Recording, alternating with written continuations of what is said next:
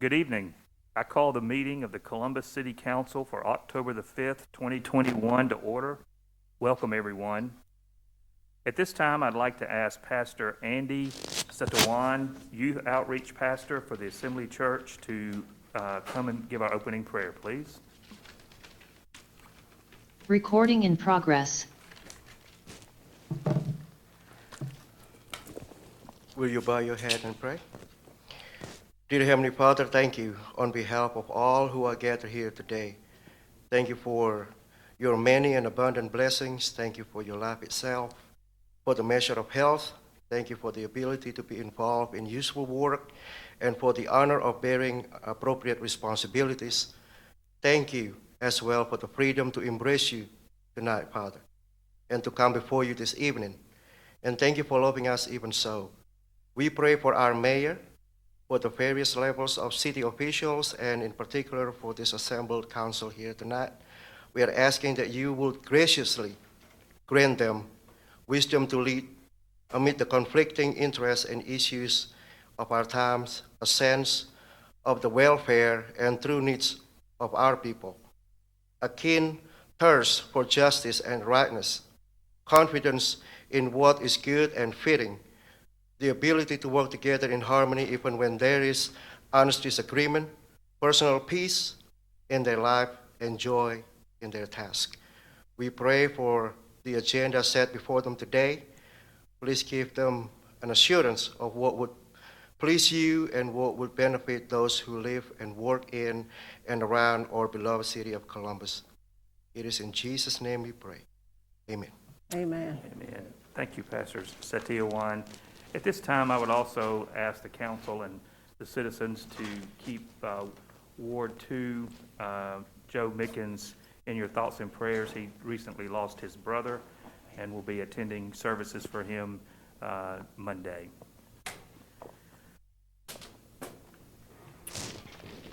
Council members, do you have any changes or additions to the agenda? Yes, sir, Mayor. I would like to discuss the policy on the use of city facilities Okay. Where would you like to add that? on the policy agenda.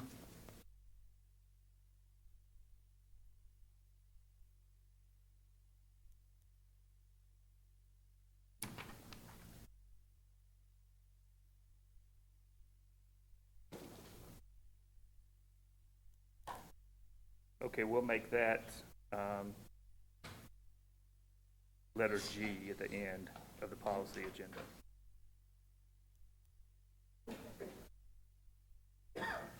Okay. Thank you, Councilman Beard.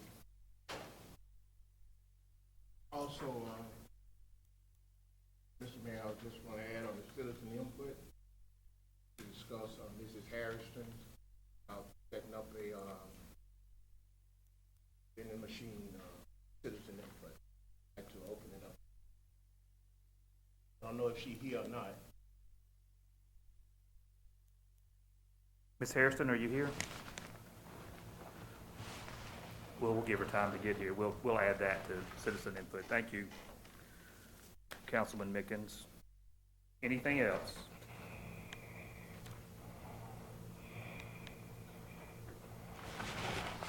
If not, is there a motion to adopt the agenda of this meeting? Have a motion by Councilman Green. Do I have a second? Second. Second by Councilwoman Stewart. Any more discussion? All in favor, raise your right hand. All opposed, same sign. Motion passes. Thank you. Council, before you are the minutes of the previous meeting of September the 21st, 2021. Are there any corrections to the minutes?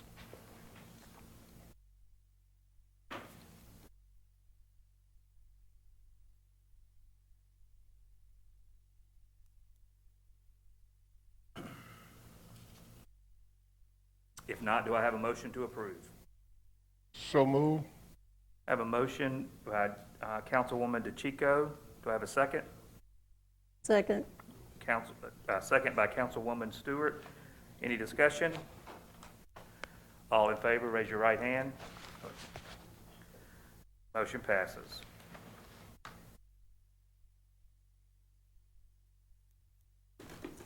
On the claims docket, the total to be paid on the docket of claims for October the 5th, 2021 is $369,697.53. Does anybody have any questions for Mark?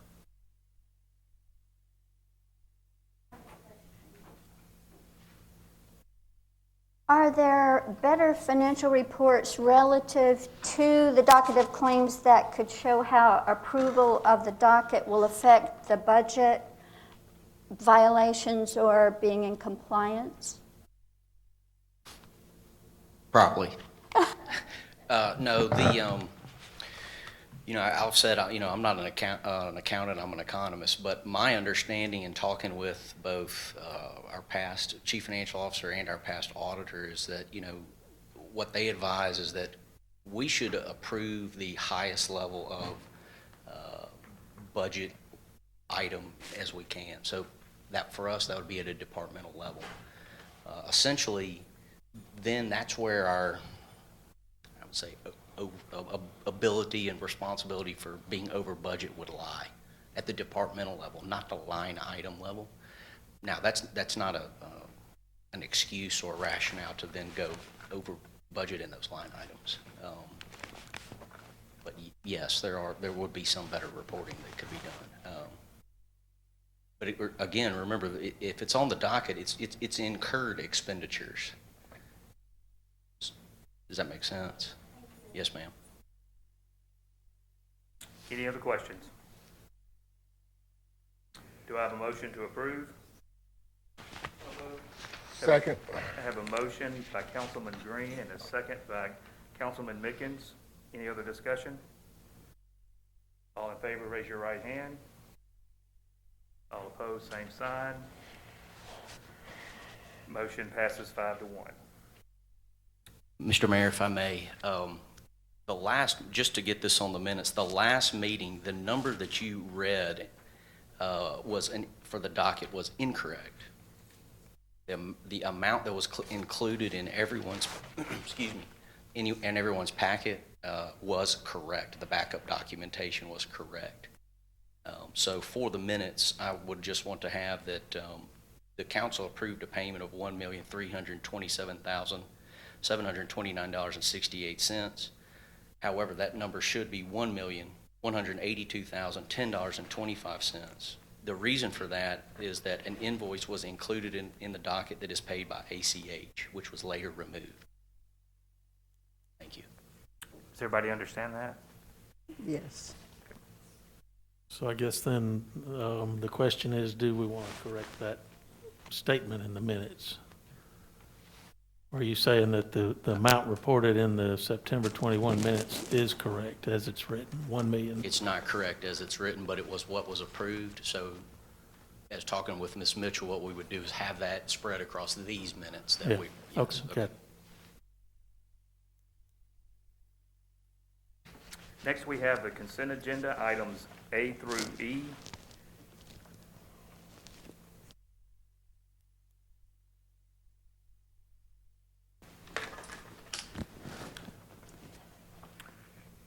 Do I have a motion to approve? So move. I have a motion by Councilman Mickens. Do I have a second? Second. Second by Councilwoman Stewart. Any discussion? All in favor, raise your right hand. All opposed, same sign. Motion passes unanimously.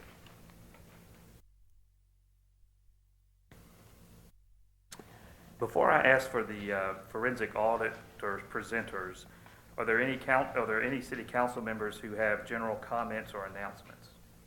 Yes, Councilman Jones? yeah. I just want to remind everyone that it is Breast Cancer Awareness Month. And I am supporting Real Men Wear Pink. That's why I have on all this pink and the tie and all that stuff. But if you would like to donate, go to my Facebook page or go to Real Men Wear Pink and make a donation. I'm pretty sure everyone knows somebody that's been affected by breast cancer. So, thank you. Thank you, Councilman Jones.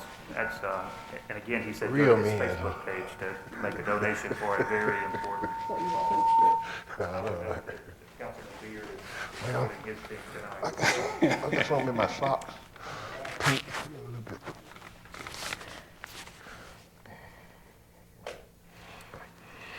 We have our forensic audit presenters on the agenda, and we appreciate the representatives from both firms being here. But before they present, I'd like to ask Chief Shelton to come forward for the swearing-in of 3 officers, followed by his presentation of commendation for 6 officers.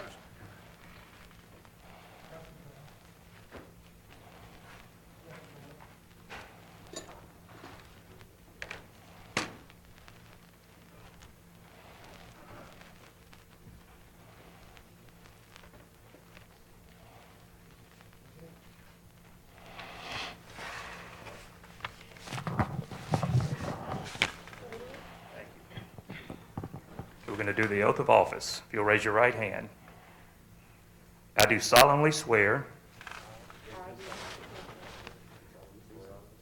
that I will support, protect, and defend the Constitution of the United States of America and the state of Mississippi. I will perform the duties of this office to which I have been appointed and which I am about to assume, that I will not be influenced in any matter on account of personal bias or prejudice, that I will in all respects observe the policies and directives of the Columbus Police Department. I will execute the duties of my office as peace officer with integrity, police ethics, and protect the property of said Columbus, Mississippi. So help me God. Congratulations.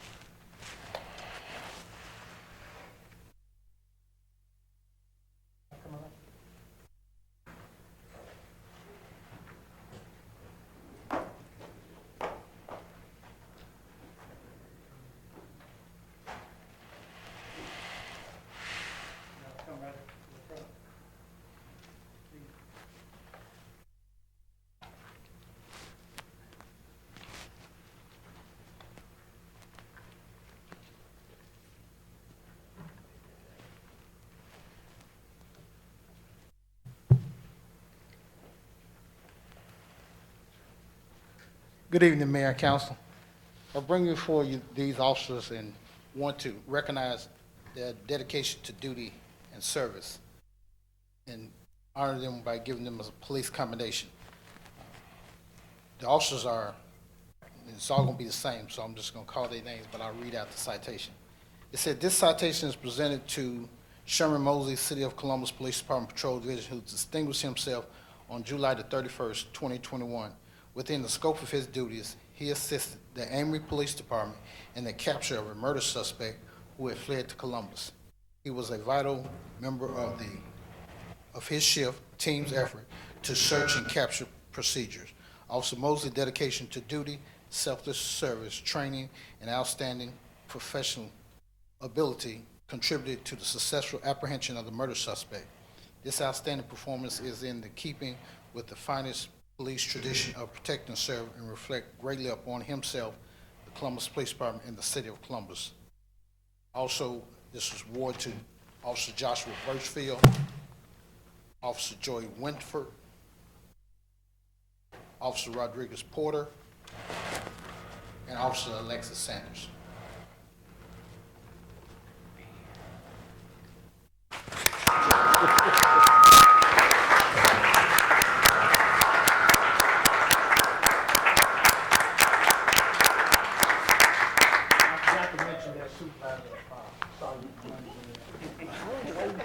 Oh, he didn't call Amanda Burrell's name.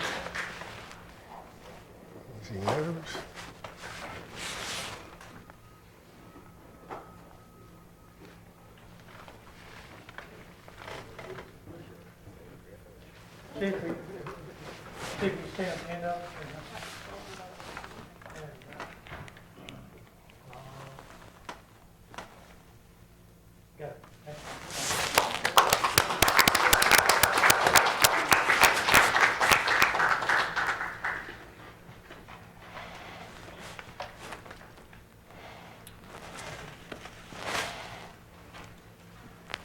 Thank you, Chief, and again, congratulations to each of you. You're welcome.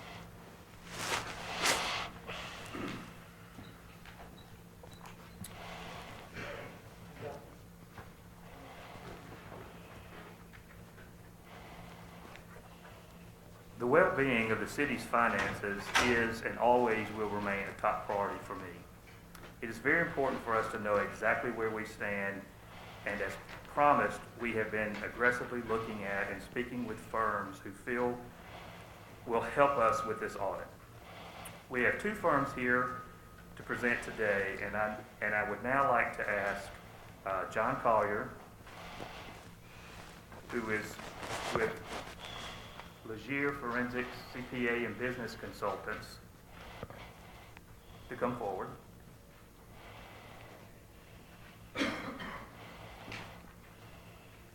And I believe you have bills on, Mr. Legier fell off the Zoom call. If he comes back, maybe we'll add him. oh, okay.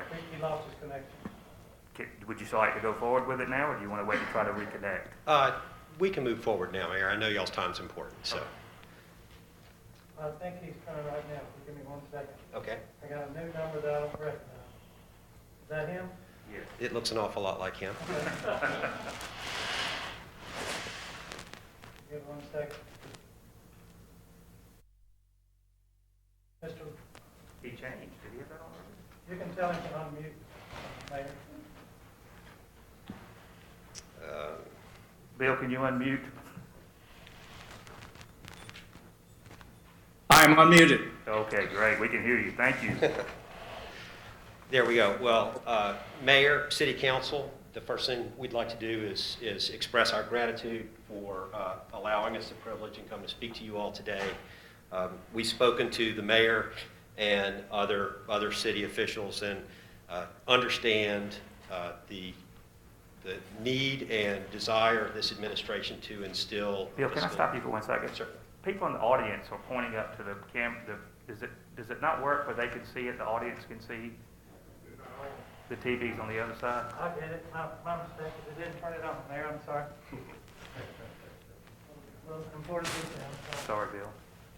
I wouldn't have been able to concentrate with Bob Raymond doing this. No worries. My mistake. It's not a meeting without technical difficulties. That's exactly right.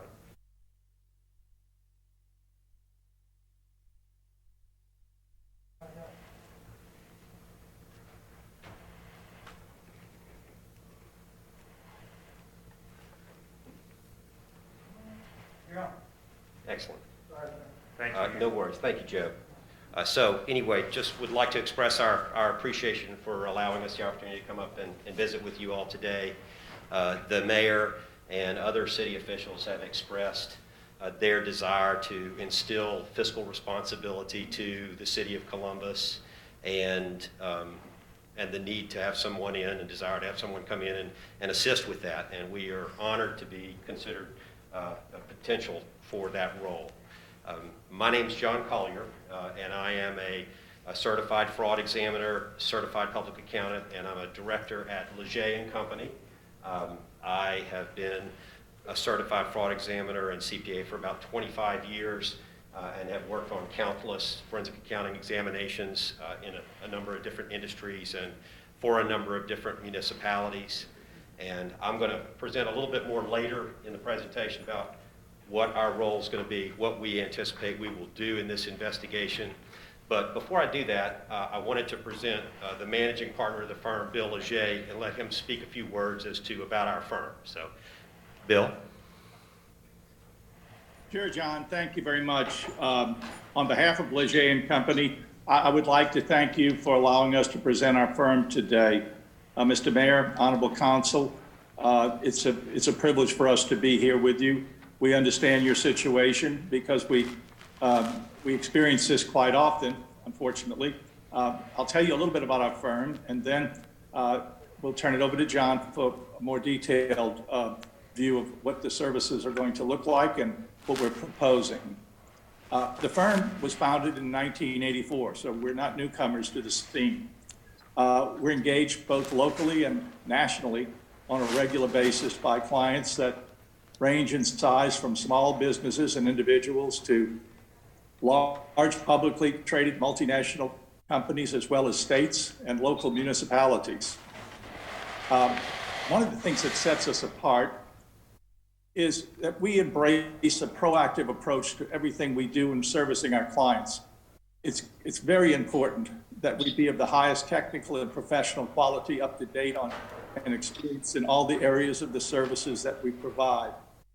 And we also pride ourselves in delivering these services in a timely fashion. We don't just sit and wait for things to happen, we're very proactive. And we like to think of ourselves as fair value. We're not the cheapest in town, but you get a lot for your money, and you get fair value plus a highly skilled group of trained individuals who have got all the certifications, but also the experience and training that comes with it to ensure a quality engagement.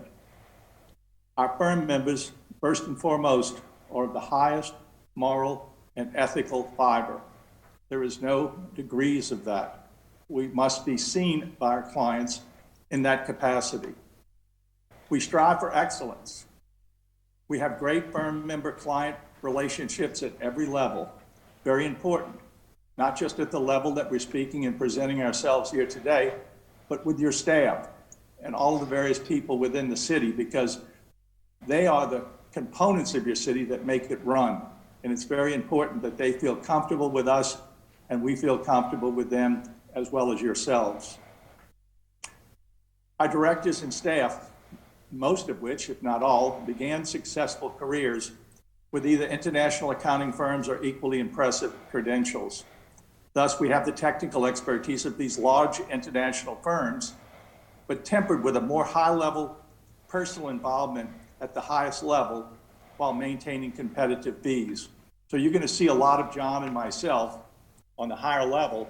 If you were to engage us, then you will just have the experience of a lot of staff members. Not that they're not important, but you want to see people that have got I would like to think, the gray hairs and the experience that go with it. So that's a little bit about who we are. What we do, well, we are forensic CPAs.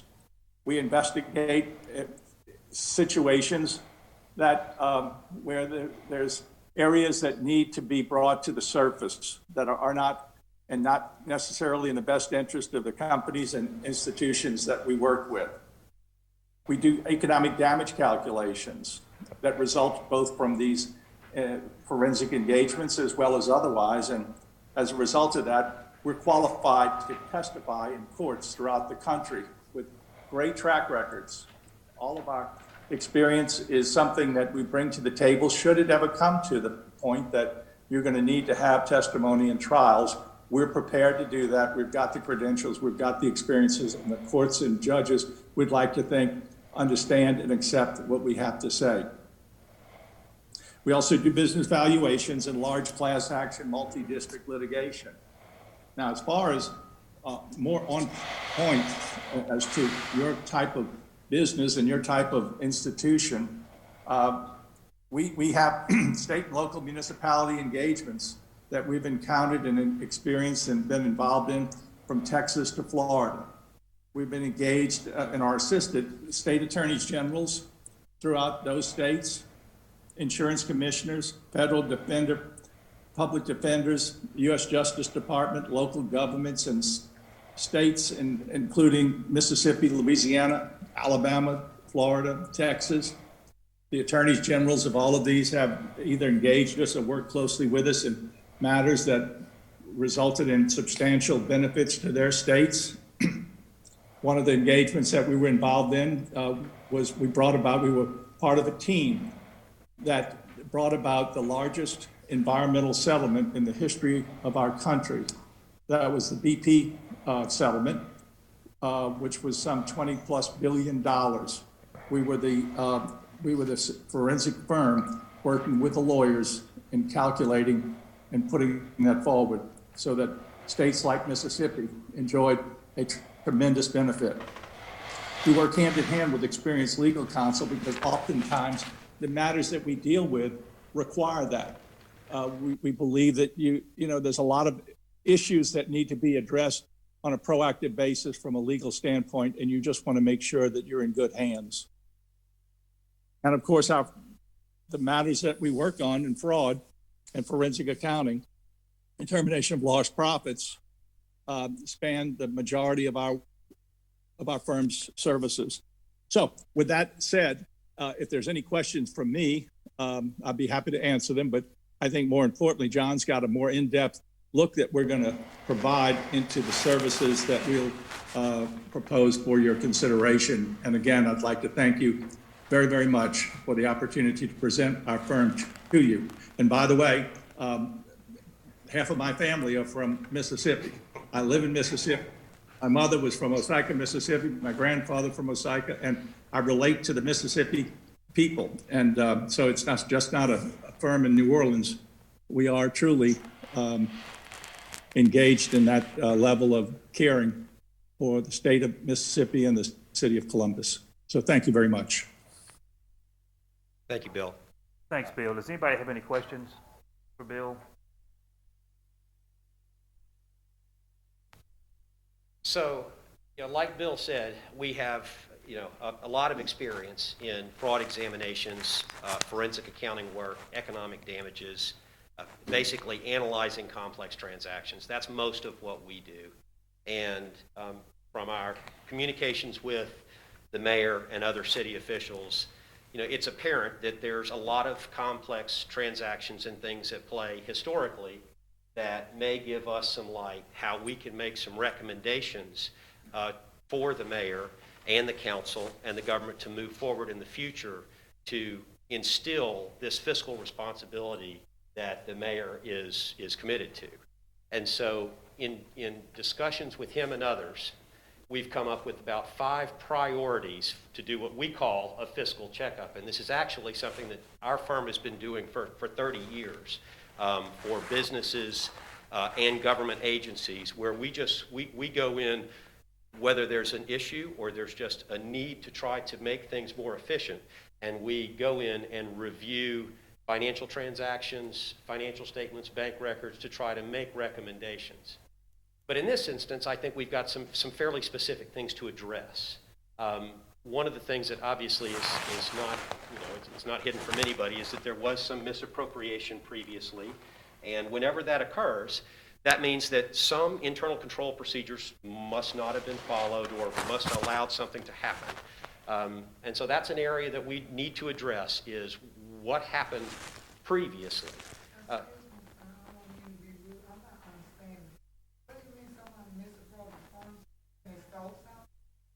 I think it's a matter of public record and in the newspaper that there was.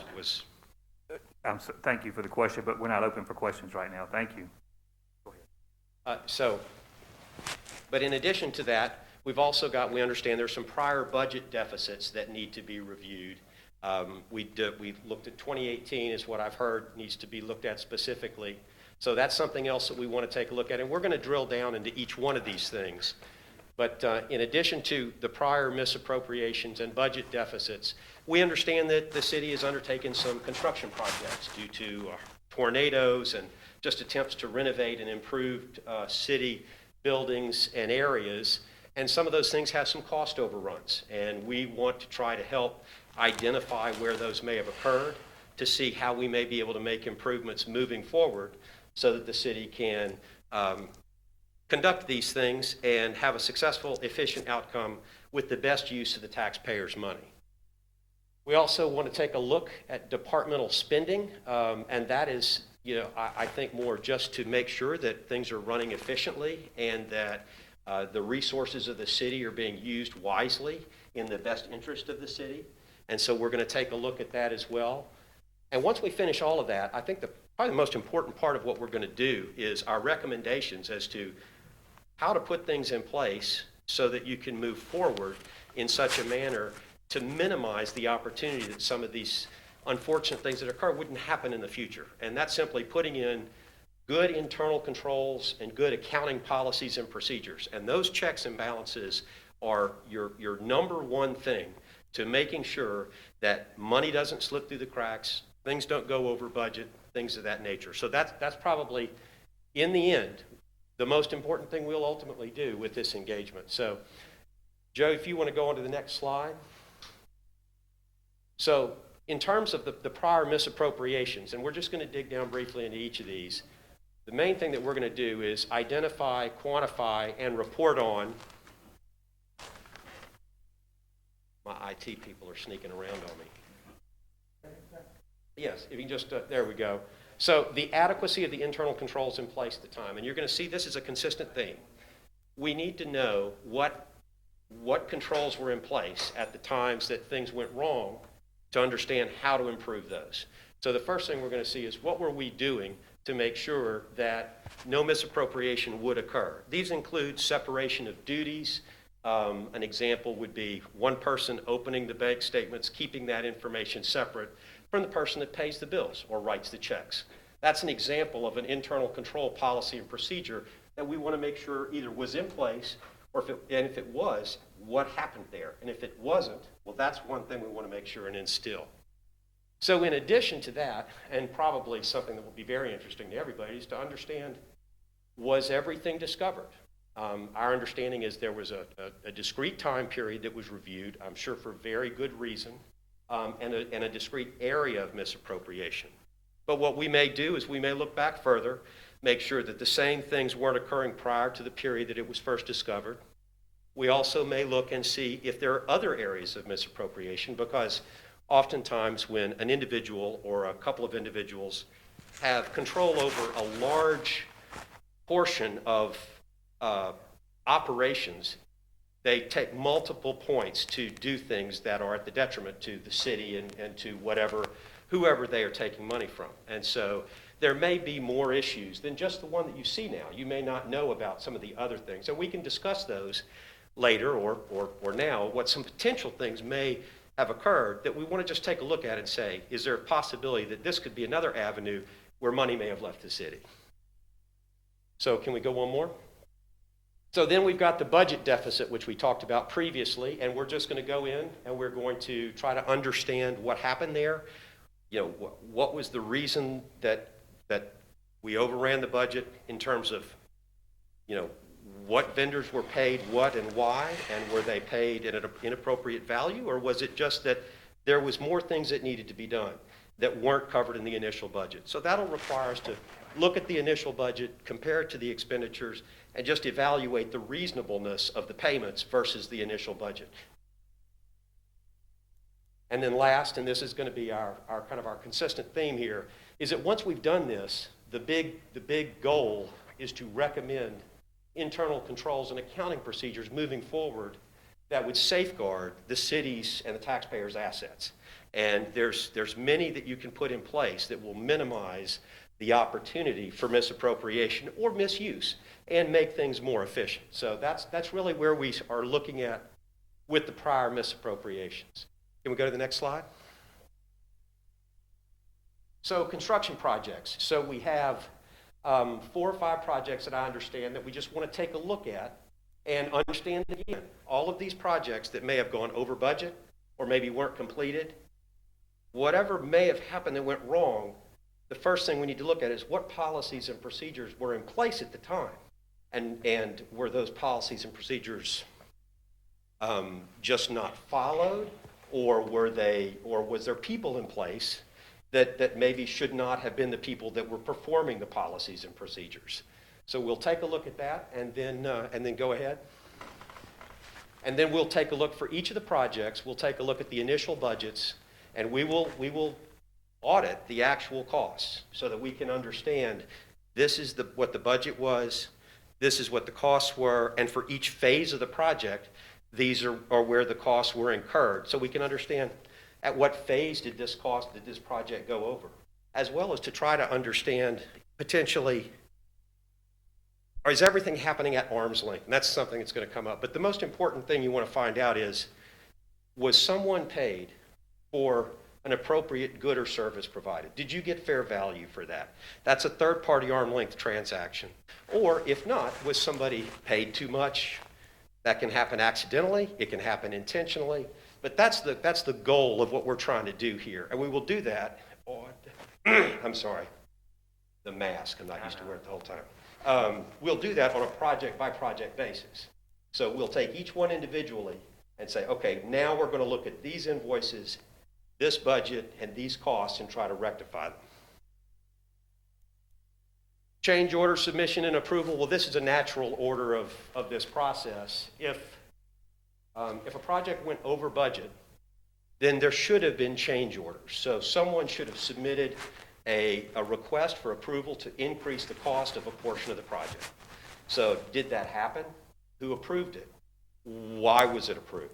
And that process is enormous in terms of project budgeting. And so we'll want to take a look at that.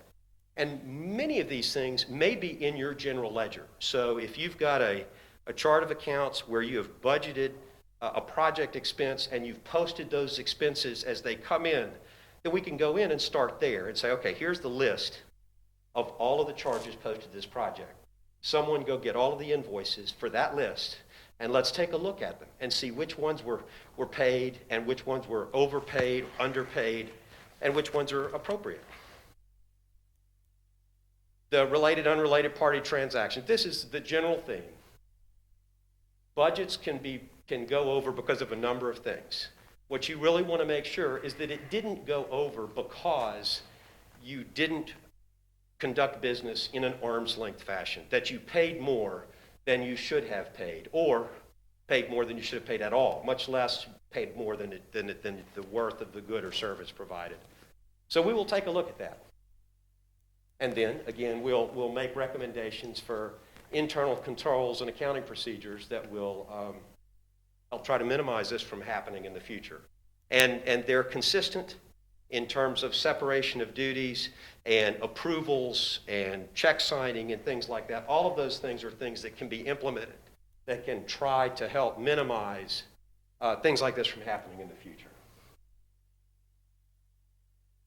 Departmental evaluations. Now this is more, I think, of definitely more of the fiscal checkup type thing where we're really just looking to see where we can find efficiencies, make sure that the departments are being conducted in a manner that they're spending the city's and taxpayers' funds appropriately, and that it's for the best interest of the city.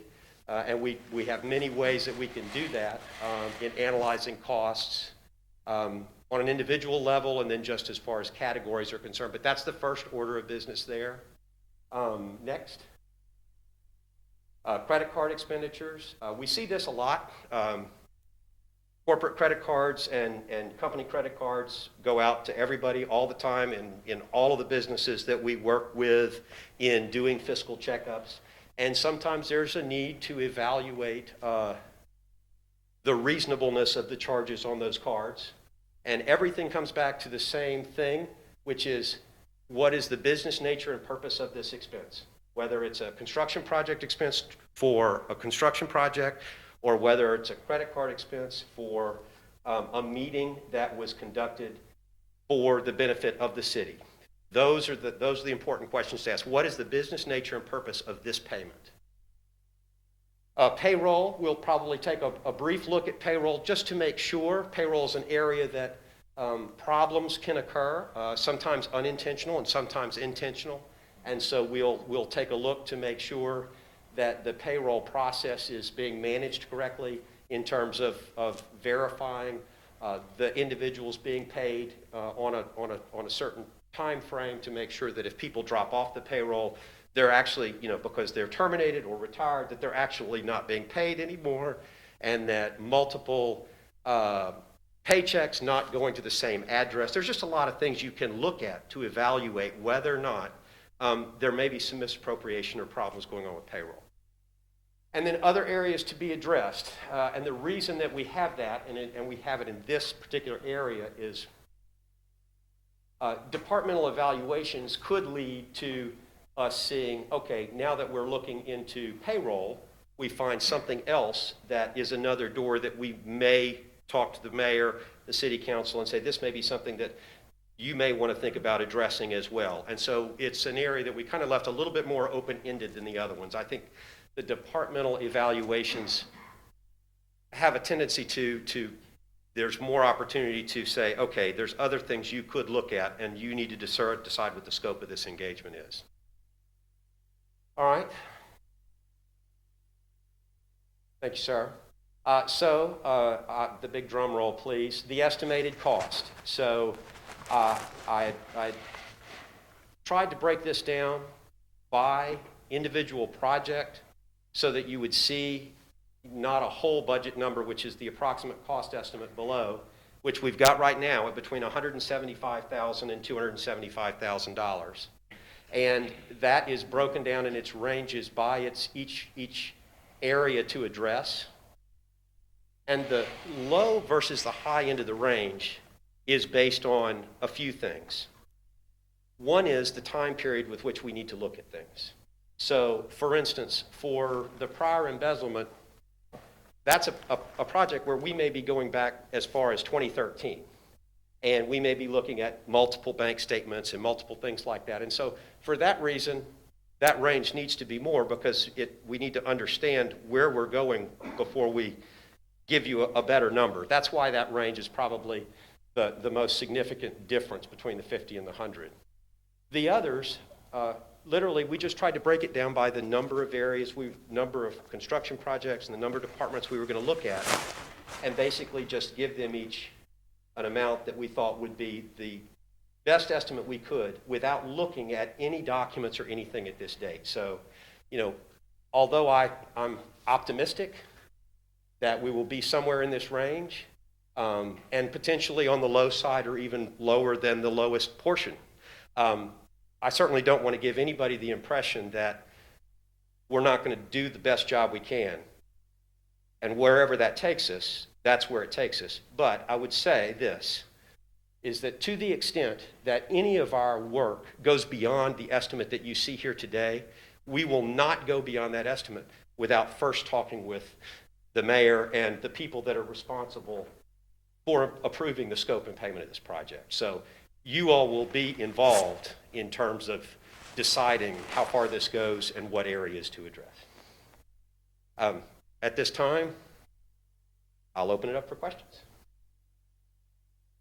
John, can I mention one thing that might be of interest as well? This is Bill Leger here. One of the things that we do often where the data will allow us, if you've got the data sufficient for us to do this, we use sophisticated data mining software where we've written algorithms that allows us to go into all of your electronic data and identify what we call anomalies. It's amazing how we can slice and dice large quantities of data, financial data, and come up with anomalies that we find within that. I'm not saying that we will be able to do it in each and every case of yours, but to the extent that the data is electronic and it lends itself to this, I think that the benefit that you're going to get as a result of our firm that you will not probably see in many other areas of services offered by others. It's just something that we do. It's on a very advanced level, and we can take tens of millions of data points and shuffle them around, analyze them, and come up with anomalies within a very short period of time, which can be a big benefit. So anyway, John, great job, and we're here to answer questions. So go ahead, John. John, I have a question. Sure. It's my understanding, you referred before about the previous year deficit that we had. Yes, ma'am. And we've undergone an audit with the CPA company. So if we paid them and just did an audit, now we have a new administration and there were corrections done with the previous audit, why would we need to come in and spend money that we don't have to do another audit in advance? That's a good question, and I completely understand it. As far as you're seeing someone come in and performing an annual service to review your books and records and to attest that they are accurate. And auditors, attestation auditors, certainly perform a role that is different than forensic accountants.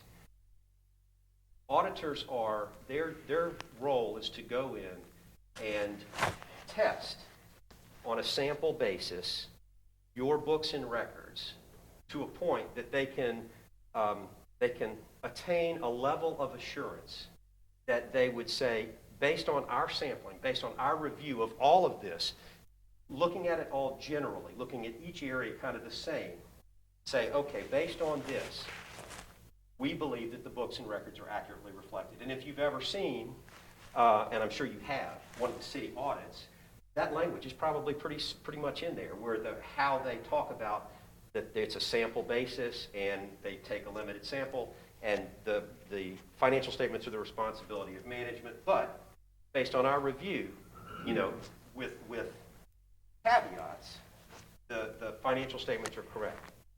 A forensic audit and forensic accounting is different, because what we do and what forensic accountants do in general is they look at a specific area.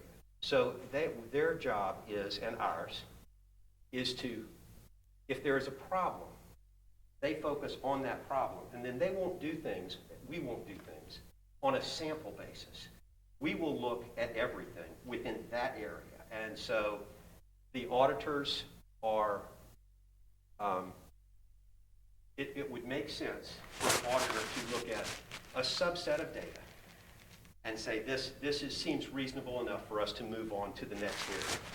Whereas we would take an area where we believe there's an issue to be addressed, and we will look at all of the data.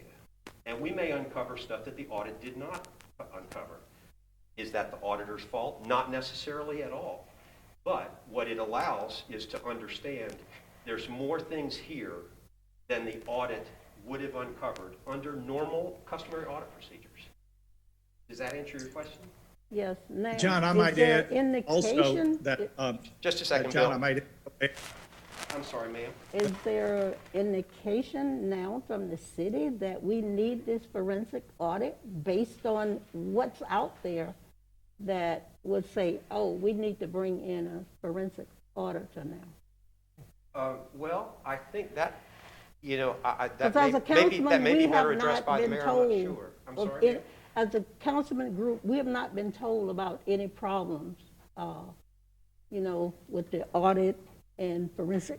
If I were a new administration, maybe I would want forensic to come in, but based on time that we just gone through an audit, based on the dollars that we have, it seems to me a little premature to bring in a forensic auditor. Well, and I understand that, and I think what you're saying certainly makes some sense based on the perspective that you have, which is a very reasonable perspective. The one thing I might add is that when the auditors came in, they just completed this year's audit, correct? And that's what you're basing, saying that audit's done, they've signed off on things, everything looks good.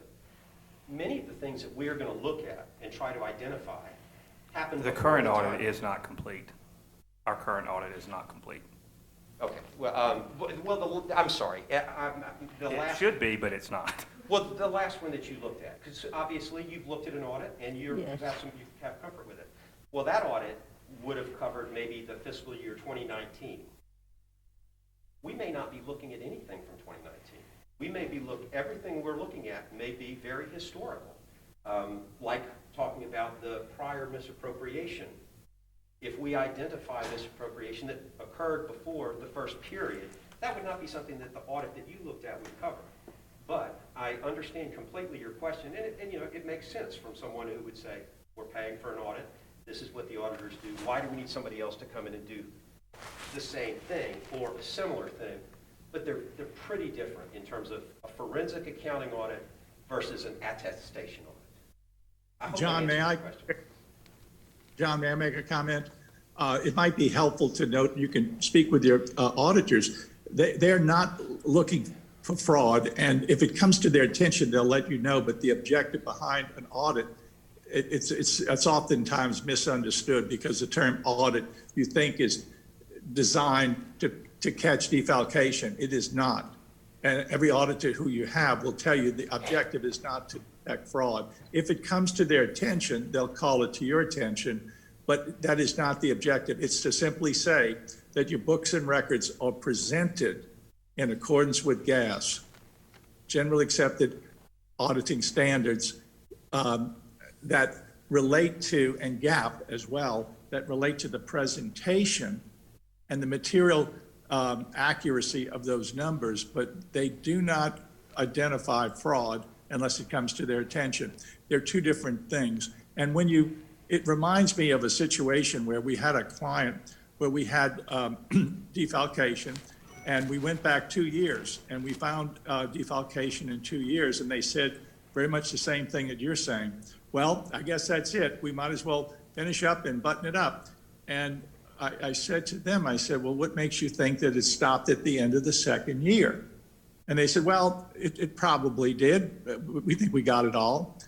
And then I said, well, did you notice that it started? It went back to January of that particular year. What makes you think that it didn't go back to December or November of the prior year? And sure enough, as we started peeling back the onion further, we found more and more and more. So I'm not suggesting that you want to go out and peel open wounds, because it's very painful. But I think that there is a certain responsibility that will help you in clearing your own minds that you did the right thing and that you uncovered all the stones that you feel that could be uncovered to satisfy yourself that there was nothing going beyond the point that it was looked at. And if I were in your situation, I would probably welcome it, whether it's our firm or another firm. I would suggest that you probably will feel more comfortable knowing that you at least looked at it, as opposed to just looking for the good in people, which oftentimes we do. I've been guilty of that myself. We look for the good in people and assuming that they're going to be doing the right thing, when in fact you've got evidence of fraud. And why would it not have taken place years before that? No one knows unless you look at it, and we're here to help you if you'd like. Yeah, and one other thing I'd add, though, because you know, the word fraud has gotten bannered around a lot, and I think that in terms of the difference between a forensic accounting audit and an attestation audit, that's one important point. But probably more important for the purpose of this entire process, according to the mayor, is we want to make things, put things in such a manner that things will move forward without the potential for waste and inefficiencies. And attestation auditors, they are not going to be looking at things and giving anybody recommendations to say, you know, in this area, you could save $500,000 a year if you did X. And that's probably one of the more important aspects of what we're trying to do here. And I think, you know, we're focusing on, you know, we kind of stopped on the prior embezzlement issue, which there's definitely an issue there. But for the other ones, you know, I think if we look at these construction projects, look at these departments and their spending habits, and we come back and we make recommendations that save the city several $100,000s a year in bleeding of funds or construction overruns and incomplete construction altogether, I think there's a tangible benefit there that attestation auditors, it's just not their responsibility or job.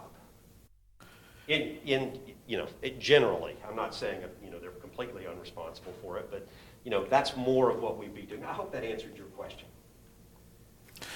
You stated 4 or 5 projects in the construction area. Are you able to let us know, out of those 4 or 5, which you feel like may have been mishandled, or are you able to give us the year of which those construction projects occurred? Are you Pierre? I am. Okay, so as I didn't know with the, I'd just like to address you by name. That's a great question, and we've not looked at one document. Yeah, so we have not, in order to prioritize and understand the history and what the potential volume of inefficiencies are or overspending, I would really rather look at specific documents. But if we are engaged, what I would suggest or be willing to do certainly is to take a brief period of time to get ourselves immersed in it, even just a week or two, and then I would be very happy to specifically answer your question. I just don't, we just haven't gotten enough information yet. Because I've had one meeting so far. I understand. I just noticed you said 4 or 5. I was wondering if you had, the information on those 4 or 5. Only generally kind of the names of the projects and, kind of what happened with them. As far as, like why they were undertaken and, that some of them are not completed. Nothing in terms of this is how much was overspent or this is how much was spent or it's over budget by this much. I don't have those answers. I know that the Sims Scott Community Center was destroyed by a tornado, I believe, and they're kind of trying to rebuild that. That's really what I know about that project, and there's other projects kind of like that. I apologize for not being able to answer your question better, but if we do the work and y'all prioritize us doing a review of that first so we can come back in and meet with you all, I will answer that question specifically for you.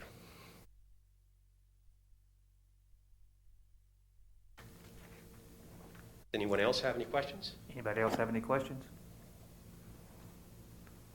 If not, we thank you both very much for your time. Absolutely. Thank you, Mayor, Thank you. Council. We appreciate the opportunity. Thank you. Thank you as well. Good night. Oh, is it not? How we done? Now I'd like to bring forward Stephanie Smith of Grantham Pool for a brief introduction and presentation.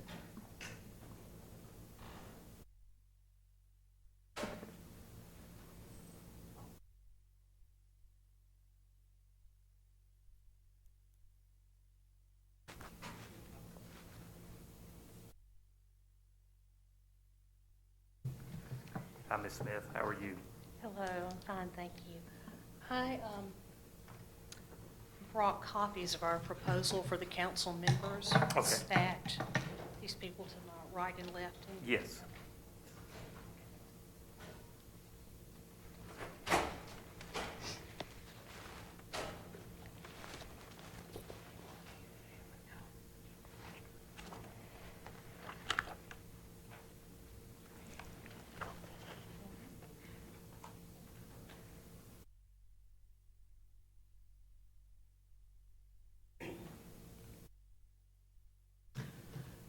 I want to thank you for letting me be here and make this presentation today. My name is Stephanie Smith, and I am the partner in charge of the fraud and forensic and litigation support areas of my firm.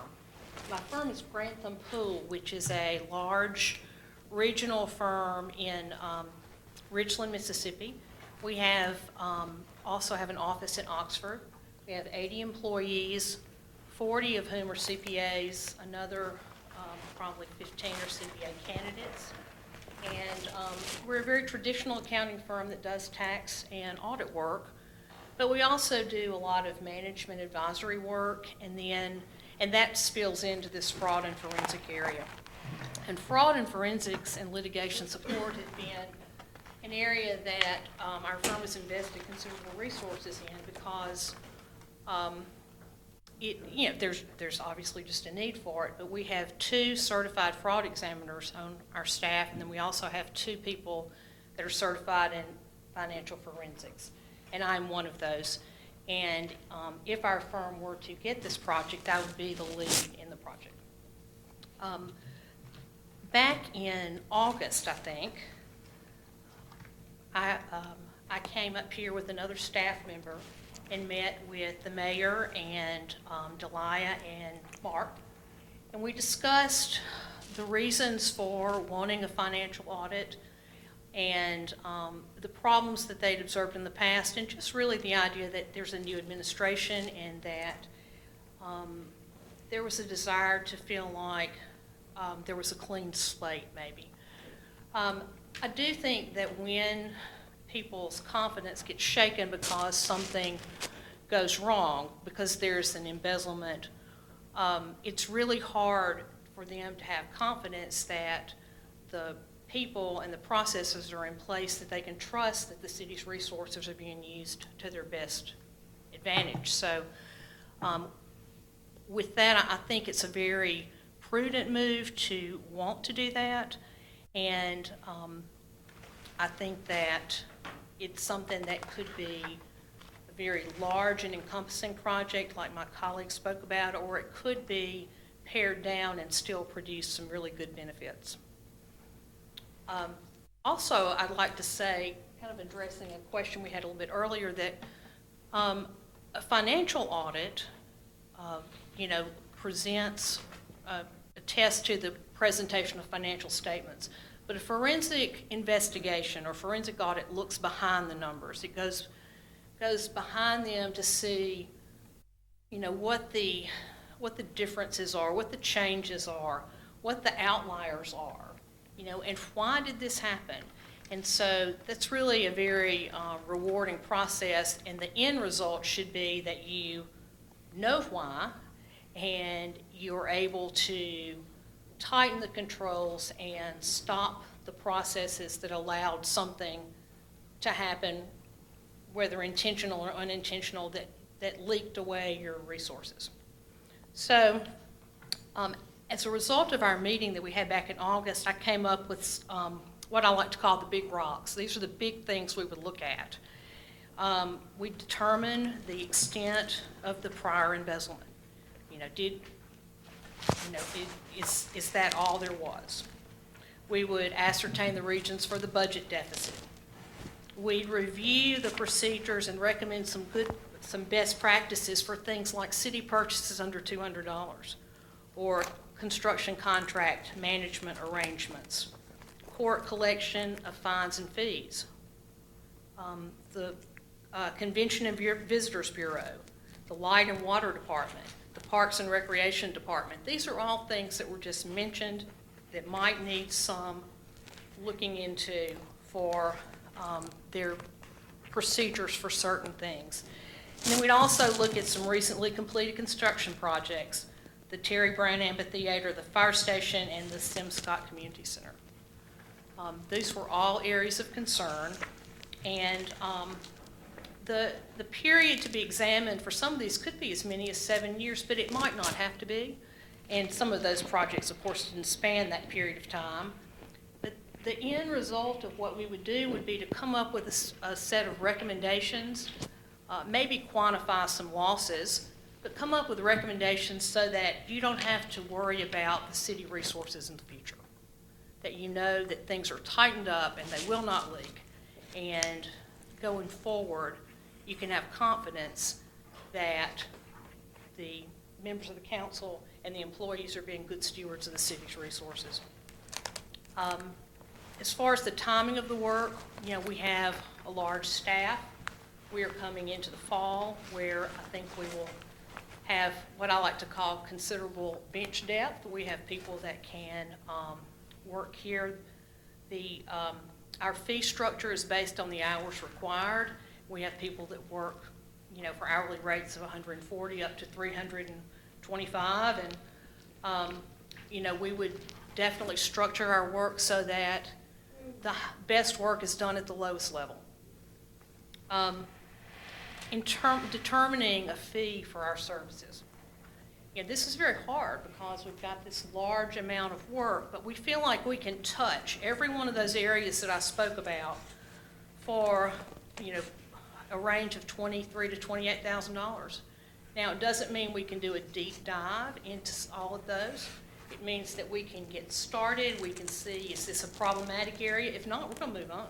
If it is a problematic area, we might have to come back and say, we're going to have to expand our budget a little bit. But we do feel confident that we can look at all those things and get a good feel for where we stand for that amount of money. So what you're saying, the entire thing, $28,000? I'm saying that we can look at these things that I listed in this list for that price. So what would, since you're in this area, what would be the significant difference from you being 28,000 and this other firm saying 275,000? You know, I listened to that, and here's what I think, but I can't speak for him. But I think that, when you think about looking at a project and you're going to, he seemed to be saying, we're going to look at every piece of paper that relates to everything that happened in this department for 7 years or further. I don't think that's necessary. I don't think there's a lot of good to be gleaned from digging that deeply into areas where you're not going to recover anything significant, or you're not going to, have a benefit of tightening up the controls. I think what is significant is to look at enough data that okay, there was a problem here. And you can do that without looking at every piece of paper. Now, you find the problem, and then you might have to go back and say, okay, we're going to have to look at everything that happened in this particular thing. And at that point, we might have to come back to the city council and say, we're going to need to expand our budget. It would be, but it would just be a matter of communication and a decision that you as a group would make about how we proceed. If we find something that we think requires more digging, then we should do that. To go and look at every expense related to a construction project that ran out of money before it got finished, I'm not sure. I think you could look at the categories of expenses and where you overran the budget and go, okay, here's the problem, let's look at this, rather than let's look at everything.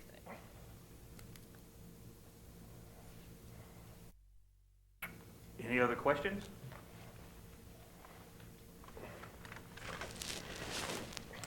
Thank you, Ms. Smith. We appreciate it very much. Thank you. Thank you Have a for good evening. letting us do this and propose. And we would love to work with you. Thank you. Okay, thank you. Before we move past this, Mark, would you mind coming up for just 1 second? I do want to do some clarification here in the comments. I have something to say behind the comment.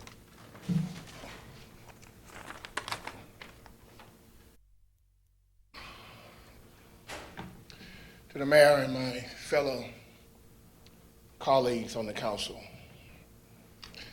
I've prayed quite a bit about this, and I understand, Mr. Mayor,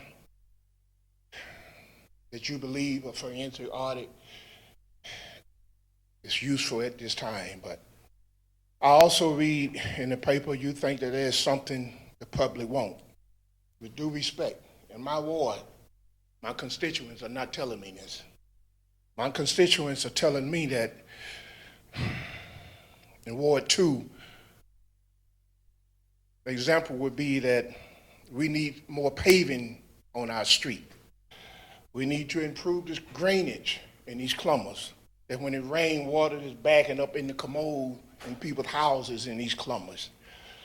My people don't want water in their houses, but there are more needs. The people in Ward 2 are begging for more public safety, less crime. They want their kids to be safe in the street, and they want an end to the illegal drug using and the gang violence. Members of the council, I was leaning toward asking, will you table this proposal? So maybe it could be brought up another day. But as I thought about it, what we need for Columbus, and I prayed over this, And I came to this realization that a forensic audit at this time we don't need right now. For I'm sure we don't need that as much as we need other things going on in the city of Columbus. If we are going to go out and try to raise money for something, I say we ask the taxpayer to give us donation for public radios. This is a serious safety issue. Or perhaps we could ask for donation for the police department, for our new police cars, for new cameras on the policemen when they're going out. Or maybe we should raise money through donation for the new boom truck that public work need. But the list can go on and on. I cannot vote to pay for searching our records going back for years and years that can cost us to finding something that might not even exist. I can't appreciate that a forensic audit might increase something. But if we do hire one of these firms, the whole process is going to distract us from the matter that should be our focus. And that focus is, rather than putting in place best practice and making sure those practices are followed, I think spending the energy of the key city resources, employees looking for records and responding for audited questions and requests, rather than focusing on the job. Members of the council, I agree with the mayor. Plan to establish a better practice for managing the personnel and our money of our property. But we on the council have been wanting improvement in those areas also. So let those things that need funding be funded. In Luke 9:62, he says, anybody that put his hand to the plow and looketh back is not worthy of the kingdom of God. He also goes on to say, I don't quote these verses to preach to anybody here this evening, but in an agreement, working together, moving ahead and not backward. We need to quit looking behind us. We have opportunity here to move forward. At this time, I have no interest for forensic audit right now. Matter of fact, I make a motion that we do not accept the forensic audit, nor do we accept donation for it. That's my motion. Second. If I could say something, it was not on the agenda to vote on this tonight. It was on the agenda, if I could finish, to let people take this information and study it and read it. And then also take time to let the citizens look at this too. Now, I'm sorry that you were upset by my comments in the newspaper. What I'm trying to do is not look back, Councilman Mickens. We're trying to look forward. But to do that, you've got to gain trust and understanding in your community. Mark, if you could come up, please. What I want to do is try to explain. It's a motion on the floor, and the council can put a motion on the floor at any time. Now, it's been motioned in second. Now, it's up to you to carry it out. So could you explain in your motion why you want to do it right this minute and not wait until the 19th as we had planned on the vote? Ain't nothing going to change in 2 weeks. Ain't nothing going to change.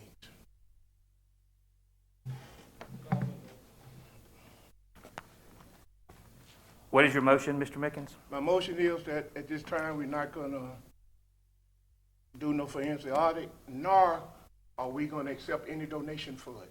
That's my motion. We have a motion on the floor and a second from Councilman Beard. Any discussion?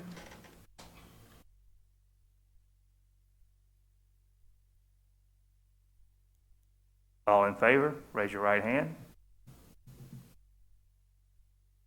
All opposed? The motion passes 4-2. Thank you.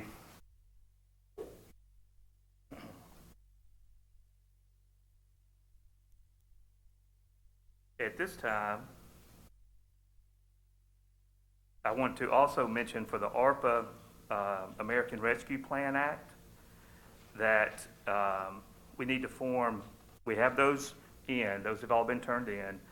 I want to let you know that the citizens and the councilmen know that I plan to have a committee to discuss the request for quotes for the ARPA, which would be the American Rescue Plan Act. I would like for 2 to 3 volunteers from the council to have time to commit to this. I think Mark sent an email out to y'all telling you what the time constraints would be on something like that. So we won't determine that tonight, but if y'all would like to consider that, that would be great, and we can talk about that later. Now, at this time, I need to call Mark forward again to talk about board vacancies. Good evening again. We have one vacancy, which is a 5-year term on the Columbus Lowndes Library Board to replace Jennifer Box. I believe our first applicant is Miss Melissa Smith, and she is on the Zoom. Can you hear us, Miss Smith? Yes, I can hear you. Okay, you have the floor. Please proceed. Okay, well, thanks for the opportunity to address the council. I'm a professor of communication at MUW, and I guess I'll start way back, but I'm going to make it kind of short. I grew up kind of poor in Northwest Alabama, and the library was really a place where I could go and I could find escape, and I could also check out precious books, which I didn't really have at home. And so I think that those Saturdays that I spent in the library were actually very influential in my life, because it kind of put me on a path of really being interested in learning for all my life. So I think the library still is a really important part of my family's life. We have a 14-year-old son who's pretty much grown up around libraries. I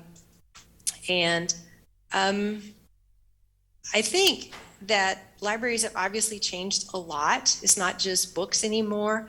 It is movies and streaming content and things that you wouldn't necessarily have seen many years ago.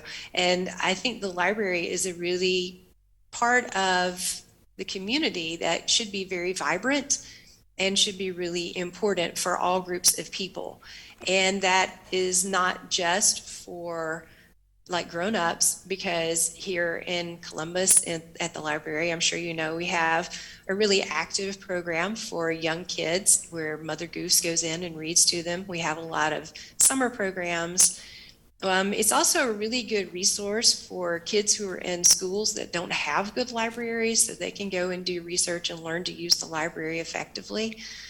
And it's also a really nice place for older citizens to do research and spend some time reading also and get some resources that they need.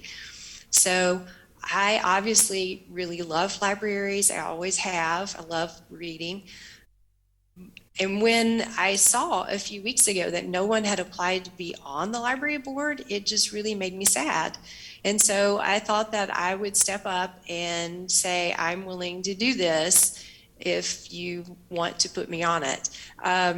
I think I obviously bring a love of books to it, but I also have very extensive use of libraries over the course of my academic career. And so, I don't know, I would like to make sure that the library continues to change and that it responds to the needs of the community. Thank you.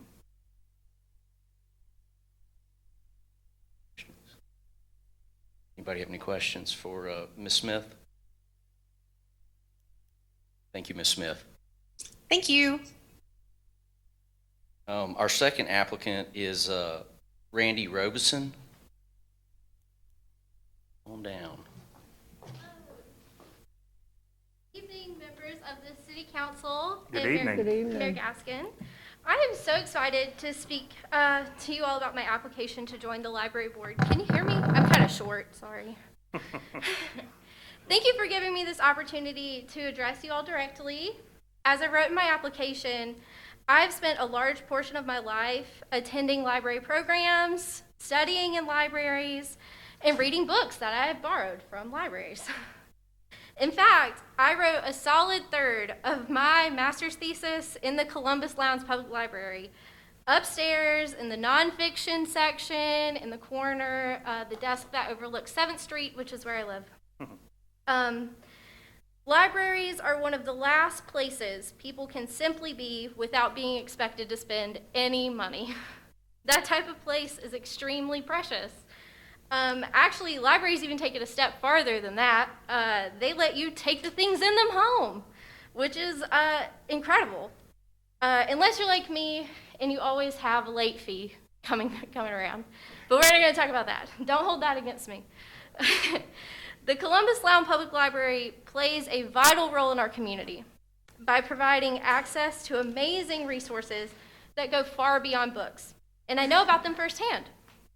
In my previously held position as a park ranger for the U.S. Army Corps of Engineers, I personally visited all 4 branches of the Columbus Lowndes Public Library system to provide water safety and nature programs for the children of Crawford, Artesia, Caledonia, and Columbus. Since I'm no longer in that role, I'm not Ranger Randy anymore. I can't personally dress up like Buddy Beaver or bring my turtle, Myrtle, around to the kids. And so I'm looking for a new way to serve and support the library. I believe I would make a great addition to the library board. I already attend library programs and fundraisers, advocate through the library through my own personal social media, and share the library with others any chance that I get. And if chosen, I will bring my youthful enthusiasm, coordinating and communication skills, and my passion for the people in our community who benefit from the services our library provides. From job support to computer classes, the Walking Book Club, to Wee Baby, Lego Night, to my personal favorite, the Edible Book Contest. The library has something to offer for everyone, and I would like to offer my spare time and skills to help serve the library that serves so many in our community. I sincerely appreciate your consideration and hope to see you all at the Haunted Library on October 28th. I will be there in costume, probably. So, thank you so much. I hope you have a great night. Thank you.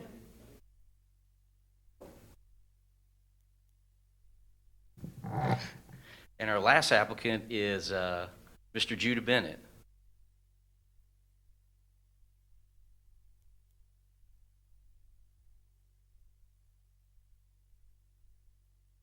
Hi, Mayor, City Council. Good evening. Good evening. Believe it or not, and this was actually in my speech, we have no relation to each other. But shortly before applying for this board, I also ran across that same quote, that libraries are one of the only public spaces in the world left that we are allowed to exist without actually having to spend money. So that was amazing that she actually said that already. That really resonated with me, and I was intrigued by the audacity of whoever wrote it to write such a commanding statement. We've all heard the saying that nothing is free in life, and to a certain extent that is true. But many people fail to realize that the money market is not the only form of exchange. Some things are invaluable and you simply cannot put a price on it. Authors spend their time, their tears, and their entire lives dedicated to one objective, and that's educating others. Libraries forward the mission of these authors, and the great part about it is that we get to choose from a wide array of subjects that are tailored to our interests. A personal favorite of mine is Greek mythology. Who knew that there could be so much truth in a myth? Through these stories, I learned to understand life, problems, and emotions, while also learning moral concepts that help me to conquer those problems and emotions. My early exposure to literature led me to study college hours in Greek mythology, and those principles helped to shape me into the person that I am today. Our state today is a lot better than it was a decade ago. I know because I grew up in a time when Mississippi had one of the highest illiteracy rates in the U.S. and subsequently one of the lowest graduation rates. My generation changed that statistic Our age group saw nearly a 30% increase in graduation rates here in Mississippi. As for me personally, I have several people to thank. I was blessed to be born in a family of Mississippi readers that dated back 3 generations. My great-grandfather was a farmer in Knoxville County, but somehow he managed to accumulate a collection of books that lined nearly an entire wall in his study. And even back in the early 1900s, he taught every last one of his kids to read. And even one of them became the first African-American woman to serve on her school district's board. So forth, my grandmother taught all of her 10 kids to read, and needless to say, my mom was extremely adamant on making sure that I was a fluent reader. Since the early 2000s, when I was just a little kid, our state has seen major improvements, but we have to continue the work by educating the next generation through literature and other liberal arts. This can only be done by making sure that our local library is adequately funded and ensuring that it remains a relevant resource in today's age of rapidly advancing technology. Personally, I'm pleased to stand before you today and say that our family has remained committed to fostering the improvements that we see in our state by supporting local initiatives that first combat hunger, because as we all know, it can be quite a challenge to learn on an empty stomach, and also forwarding the missions of organizations that are meant to increase literacy across our state and across our nation. Therefore, it would be a privilege to carry out that same initiative at my local library. Thank you. Thank you, sir. Thank you.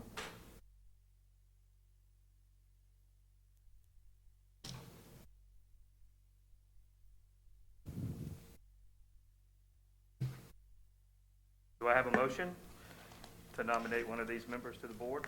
I make a motion that we nominate Randy Robinson to the Columbus Lowndes Library Board. We have a motion and a second. Any discussion?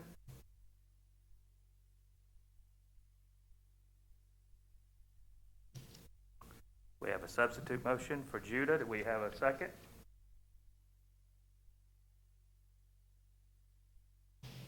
That motion dies. Going back to the first motion. We have a second. Any discussion? All in favor, raise your right hand. All opposed, same sign. Thank you. Thank you all very much. Everybody that applied for this position were very qualified, and we appreciate your interest very, very much.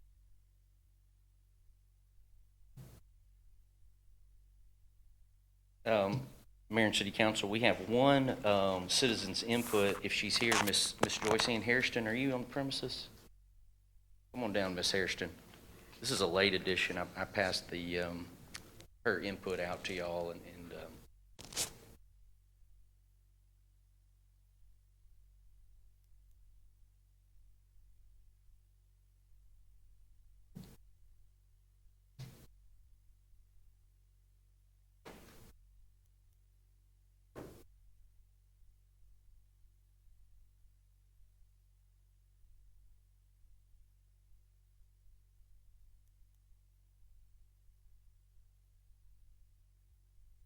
Good evening, everybody. Good evening. Good Thank you for evening. being here.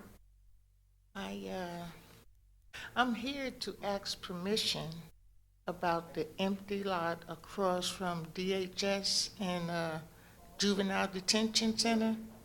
I would like to go there and set up more like tailgating on the lunch hour for the people that work there and anybody else that would come by. We have a little restaurant already out in Steens called Tasty Attitudes, and it's on Highway 12. And so the people in town, they can come maybe on the weekends, some of them not come at all, but I would like to bring the food truck and use it to make sandwiches and sides, drinks, dessert. Sandwiches and soup when it gets colder. And I know I needed permission. I didn't want to go out there and just set up and get arrested. So that's why I'm here.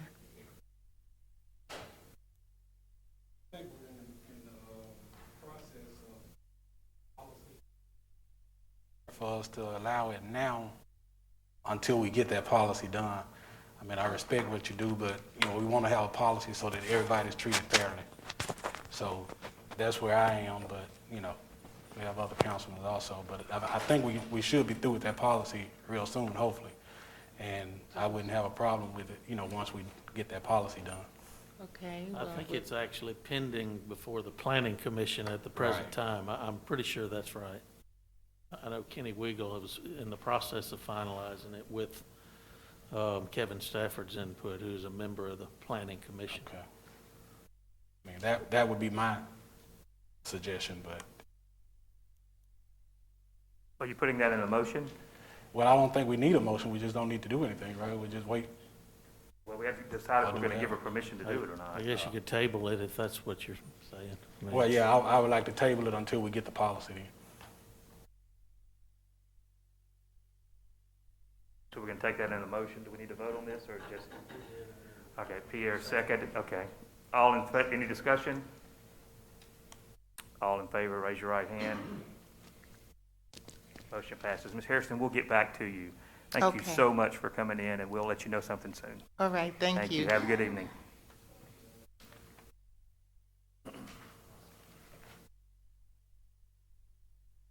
Okay, next we're going to move into the policy agenda. First, we need to discuss and approve the hiring of 3 CPD reserve officers contingent upon a successful drug screening and employment physical. So move. Have a motion by Councilman Beard and a second by Councilman Green. Any discussion? All in favor, raise your right hand. All opposed, same sign. Motion passes. Discuss and approve rehiring of 1 CPD officer contingent upon a successful pre-employment physical and drug screening. So move. Had a motion by Councilman Beard, second by Councilman Green. Any discussion?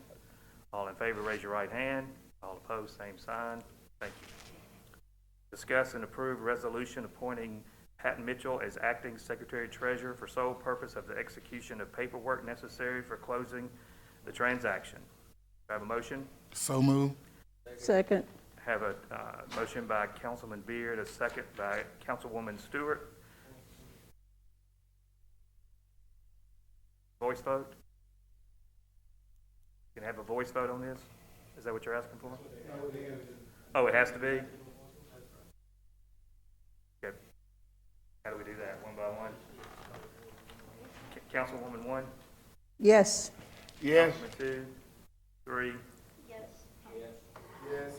Yes. Unanimous. Thank you. All right, I lost my place.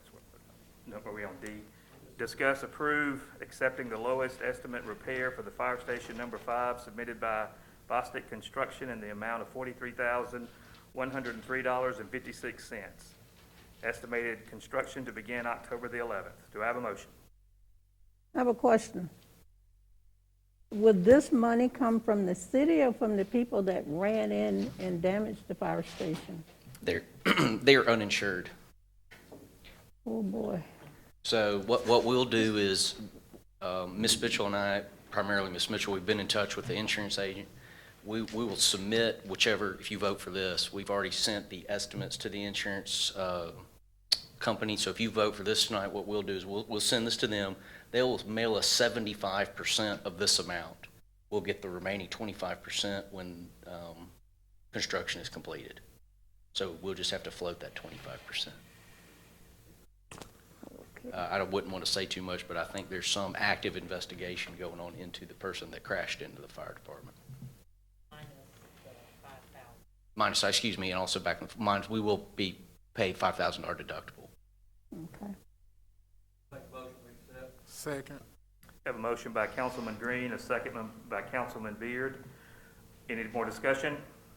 All in favor, raise your right hand. Motion passes. Discuss and approve Mike Burnson to perform Chief Financial Officer duties for the City of Columbus as time permits from his full-time job with Columbus Light and Water. Do I have a motion? So moved. Second. I have a motion What are we paying him, or he's just volunteering? Right now, it's just volunteer. Just volunteer. Okay. I make a substitute motion that we do allow him to volunteer, but I also would like to direct Ms. Pat Mitchell to start the process on hiring a CFO, COO, and a city registrar. Have we already advertised this position? No, we have not. Is there a reason we have not? We're getting prepared to advertise, yes. Second. And also in that motion, man, you need to put in the criteria, And, CFO, right. and COO. Make And- sure that label in there. And we would also like to create a committee, hiring committee, and narrow it down to 3 people, and then bring those 3 people to the council, and we interview those people publicly, and the council make a decision. I'll second that as well. Any more discussion? All in favor, raise your right hand. All opposed, same sign. Motion passes.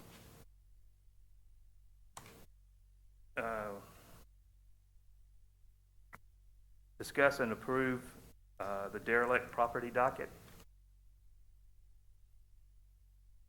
Good evening, Mayor and City Council. I'm happy to report you only have 3 cases to consider tonight, and the middle one on the list, case number 21-0317, Stephanie Jacobs, located 1522 3rd Avenue North, has remedied her property of cleared the vegetation and rubbish and garbage to the satisfaction of Ms. James, and so all she's asking for at this time on that case is an order of reentry. Is that right, Ms. James? That's correct. Second. We have a motion and a second. I'm the person in question. Can I come up? Sure.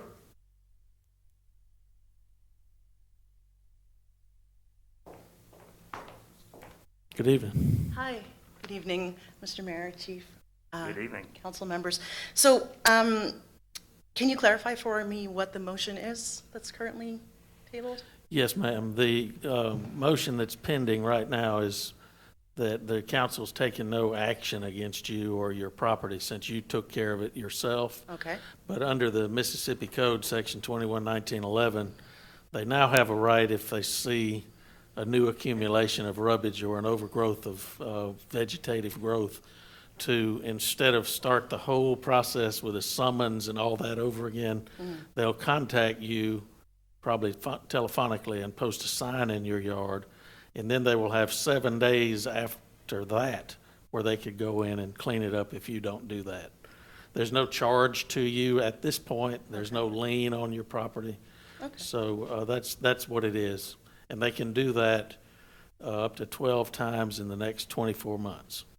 Okay. And then if 24 months goes by and it were to get overgrown again, and I'm not saying that it would, they would have to start the process all over again with a summons like we did this time. I see. So I sort of go on probation. That's pretty good summary of it, yes, ma'am. Okay. And I just wanted to note, there, in the package that I got in my mail the same day that y'all put up the sign, there is a letter dated September 10th that is sort of like what I would expect to receive first, saying, you know, this is probably an oversight, and if you could please clean this up, then we won't have to proceed. But I never received that letter. The sign appearing in my door was the first I heard of any of it. So I just wanted to express that had I received a letter previously, I would have prevented all of this from happening. So that just may be something to check into. We'll check into it. Yeah. We're not obligated to send a letter, but it was something we came up with to avoid this sort Right, of thing. And I'm sorry that you didn't get it, but we'll look into why that is, and we'll try to Sure, make that'd sure be that- great. Okay, yeah, and so, yes, and I guess I just will mention that if they should feel the need to contact me, I certainly would prefer a phone call to a public shaming sign in my yard. Just putting that out I there. understand. Thank you. Okay. If you would contact Ms. James and maybe give her your phone number if you don't believe she has that. Okay. That's what I was gonna say. They don't, when they look it up, it's to only give them the address, so they don't have a phone number to contact you. So that's why Right. they put the address, do Sure, it that way first. So if you'll call her office tonight, or I guess tomorrow, during Sure. business hours, she'll take it down and we'll have it from then on. Okay, thanks so much. Thank you. Thank you, ma'am. Appreciate you coming. Okay, the next two cases I have are the request is for immediate abatement, but the first one is 21-0156 Viola Stewart Bell, 1005 Second Street South. Viola Stewart Bell, Viola Stewart Bell, if you're here, come forward. I believe that request, Ms. James, is for immediate abatement. That's correct.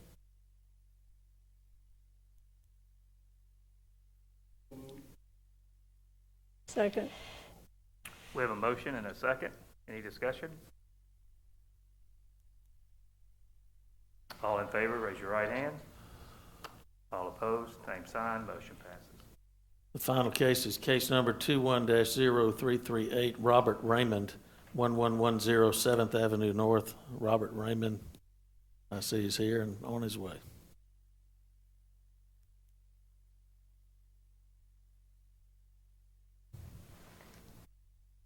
Good evening, sir. Good evening, everybody.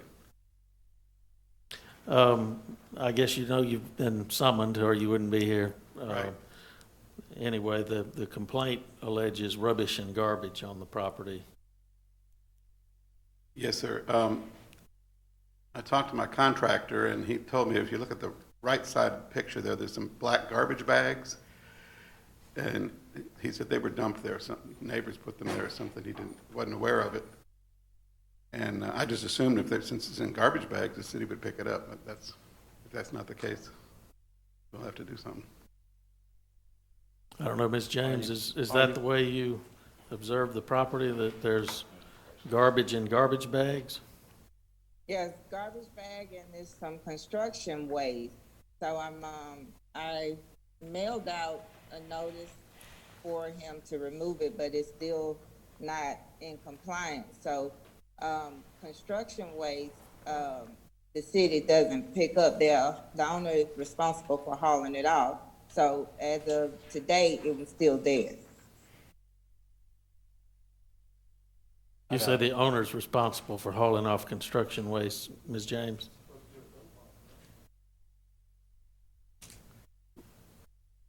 I got a question also. I know it's been vacant for quite some time, and the neighbor has complained about the grass, sometime as well, and it has broken windows.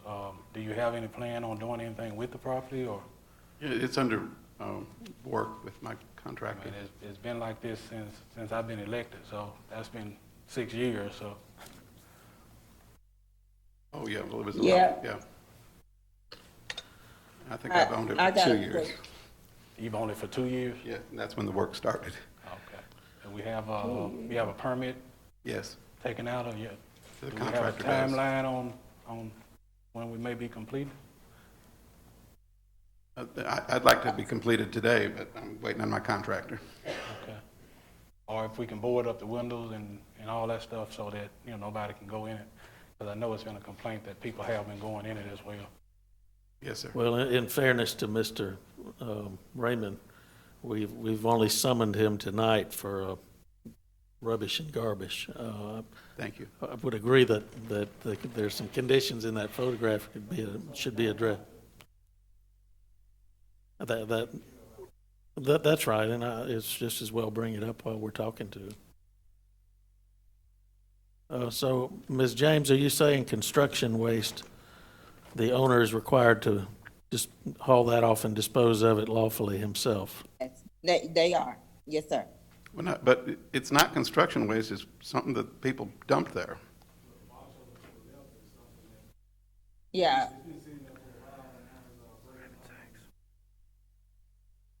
Just call me on Saturday, I'll clean it up for you.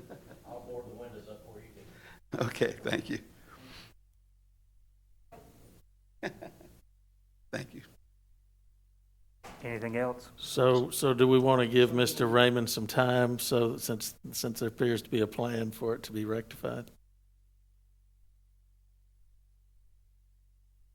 So would he request an extension to get this done? Would he like an extension? Yes, please. Make a motion that we give them a 30-day extension. We have a motion. Can I have a second? Second. We have a second.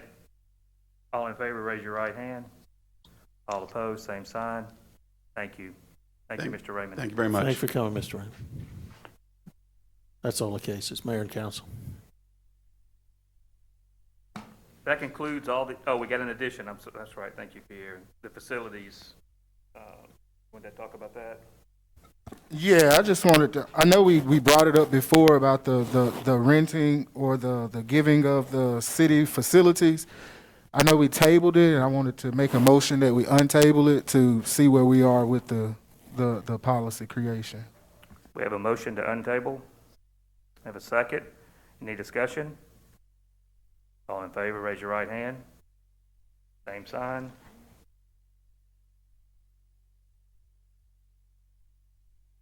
You agree? Okay. Do we know where we are with the policy? I mean, who was creating the policy? Do we need to come together to see who we're going to give it to, or? She is not. Mark, can you speak to it, please? I think if you know, I sent the data to y'all at Stephen's request. If you have, obviously. Okay. Well. Did you get when I sent it? It was after you asked for it. I sent it via email. You asked for it. Okay. Yeah. So it was the usage information, and based on kind of broken down at for-profit people versus non-for-profits. I mean, that's generally where we were going, and what seemed to be some of the, I guess, talking points where should we give it to charitable organizations versus this? Obviously, if you have any ideas of the policy you'd like to see, if you just want to discuss them in an open meeting, then I'd be happy to hear the input. I mean, Regina has her thoughts in that document about how she felt the pricing should be. Mark, she's on Zoom now. Okay. She's on Zoom if you wanted to ask her, but is there something specific, or you just want to see progress on it, Pierre? What's the? I just want to see progress on it, see where we are with it, because understand that we just had someone recently got one of the city facilities, and I just want to know where we are on creating this policy, and if so, you know, when we do give away these buildings, they need to come before the council so we can all have an understanding of what's going on.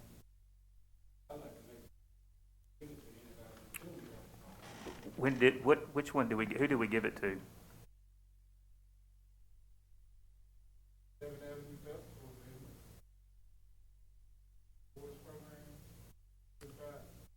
I don't know. I'm not aware that it was donated. It was there, but I don't know that it was donated. It didn't come across my desk that I remember. Well, that's why I brought it up, because it came across mine. I just wanted to make sure. Bring him up here. Did we donate it? He says yes. Every time I get it, I have to. Did it come across in a policy to vote on?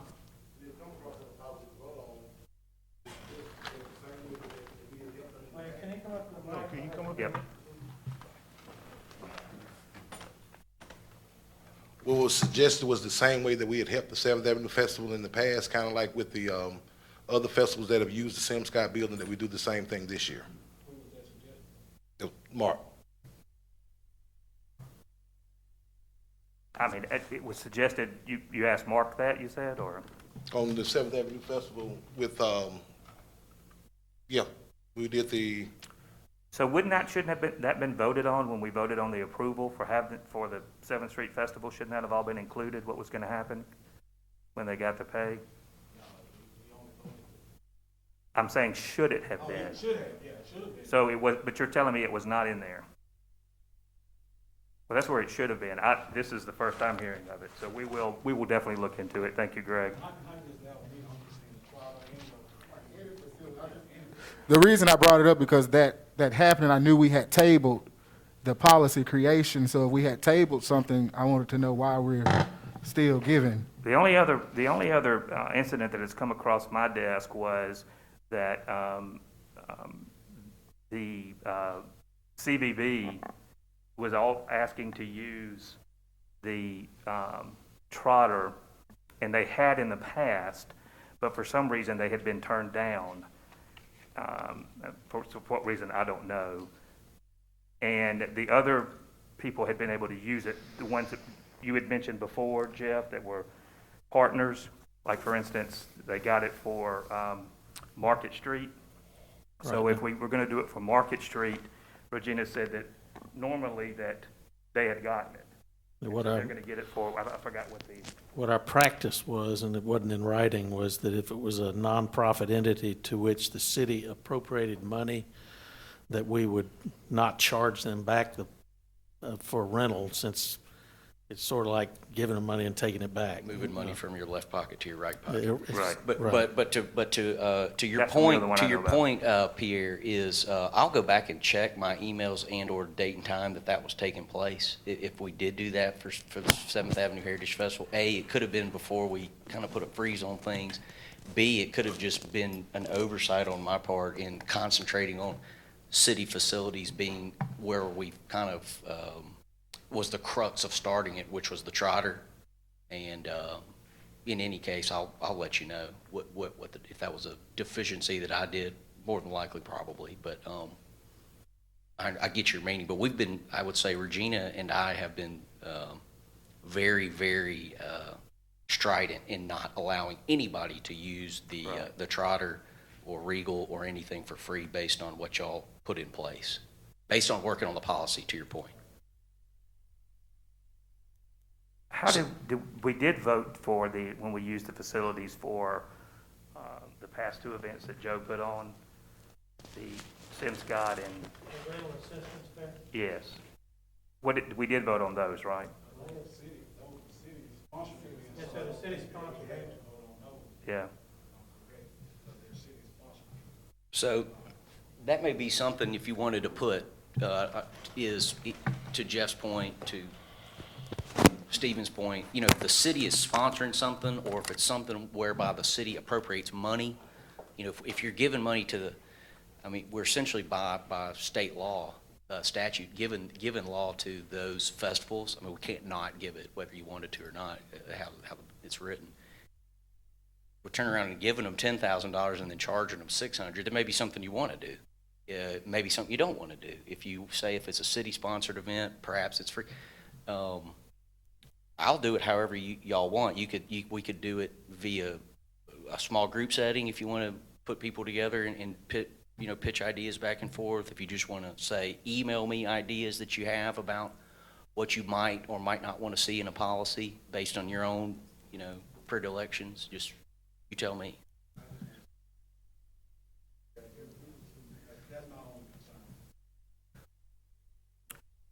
Well, I believe that you were put on the committee to overlook that. Is that right? Is that why you emailed it to him?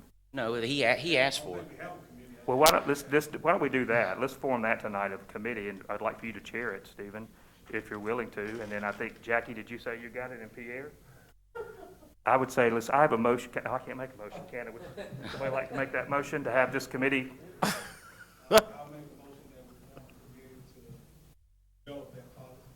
Great. We have a second? Second. A second. Any discussion? Yeah, before we vote on it, you said we got the motion, we got the second. Can we include in that motion to, if anybody wants it, to go ahead and bring them before the council, because a policy may not be created before the next time somebody asks? I think you can make whatever motion you want. Okay, well, can I add that to your motion? But if we're going to start giving the rental, giving our facilities away for free, then we run into a problem unless we treat everybody the same. So if you're going to say people can come and ask for it for free, if you start doing it, then you're running down a slippery slope. I believe the idea on it was that for nonprofits, there would be possibly a sliding scale, depending on the size, so that it's not free, but that there may be. That's what the committee needs to look at. Thank you, Stephen. Yes. We got a second. Does everybody understand that motion? Is that Yes. clear? All in favor, raise your right hand. All opposed, same sign. Thank you. That concludes all the items on the agenda. Do I have a motion to adjourn? So moved. I have a question before we adjourn. Yes, ma'am.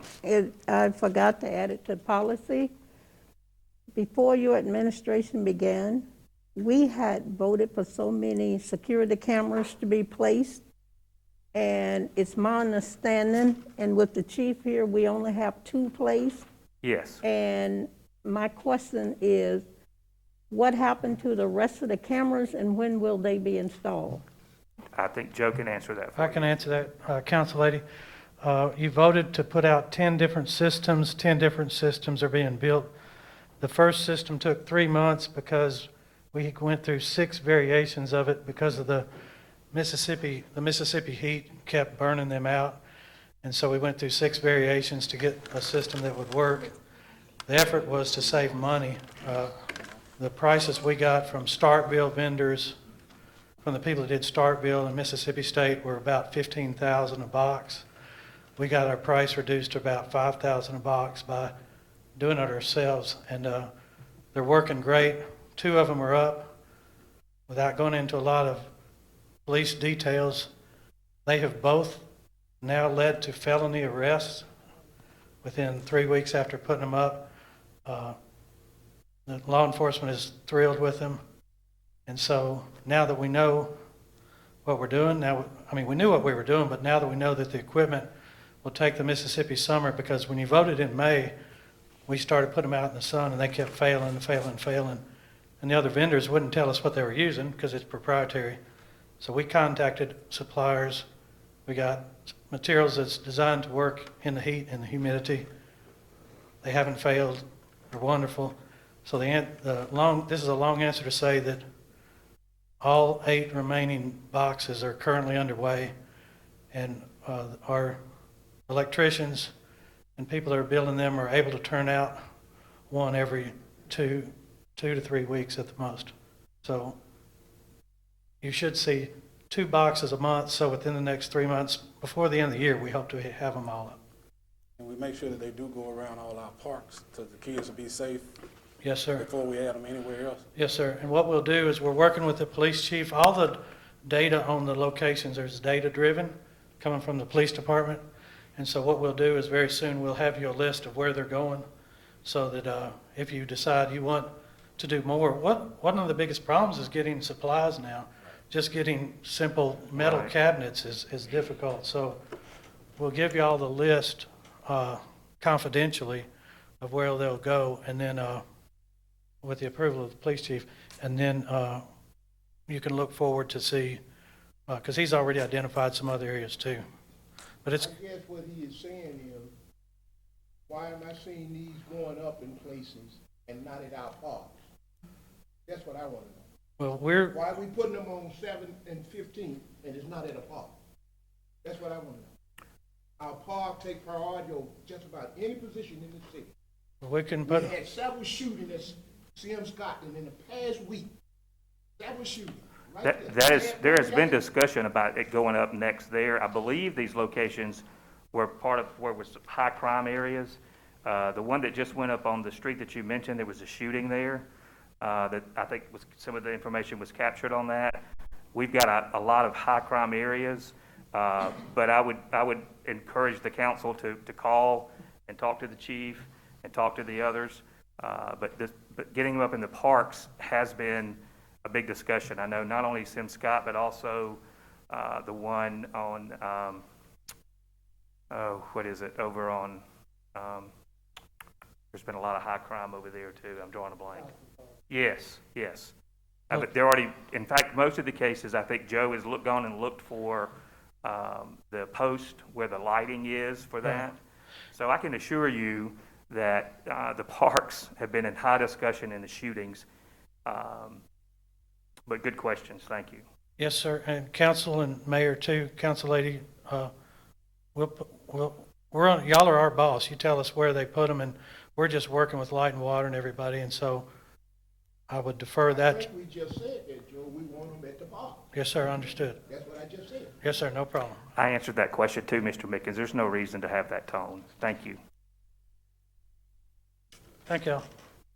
But anyway, the answer is we hope to have them all up by the end of the year. Okay. Now, that concludes all the items on the agenda. Do I have a motion to adjourn? So moved.